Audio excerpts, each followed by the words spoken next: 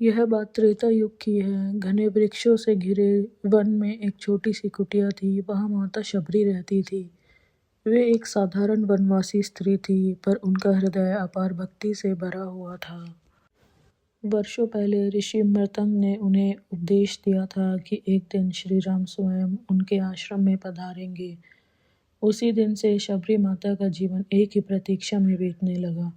हर सुबह way one से फल लाती, कुटिया साफ करती और मन ही मन श्री राम का स्मरण करती। समय बीतता गया। ऋषि मृतंग देह त्याग कर गए, पर शबरी की प्रतीक्षा और भक्ति अड़ंग रही। वे सोचती, मेरे प्रभु आएंगे, अवश्य आएंगे, मेरे श्री राम आएंगे। एक दिन वह पावन क्षण आया। बरसों की प्रतीक्षा रंग लाई। वन पथ से माता शबरी ने दो तेजस्वी पुरुषों को आते देखा, श्री राम और उनके भाई लक्ष्मण। शबरी माता का हृदय आनंद से भर उठा। वे दौड़कर प्रभु के चरणों में गिर पड़ी। आंखों से अश्रुधारा बह निकली। आनंद पूर्वक उन्होंने श्री राम को अपनी कुटिया में आमंत्रित किया। उनके पास भेंट के लिए केवल वन फल थे। शबरी माता ने प्रेमवश एक एक फल चखकर देखा। जो मीठा होता वही प्रभु को अर्पित करती और जो खट्टा होता उसे अलग रख देती।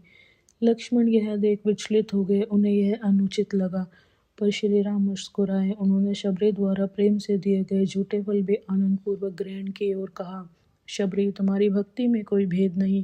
प्रेम से अर्पित किया गया सब कुछ मुझे स्वीकार है।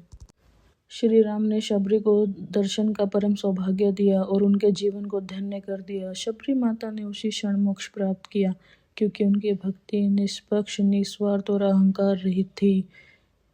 इस कथा से हमें यह शिक्षा मिलती है कि निस्वार्थ सेवा और श्रद्धा से किया गया छोटा कर्म भी महान फल देता है। धैर्य और विश्वास रखने वाला भक्त कभी निराश नहीं होता।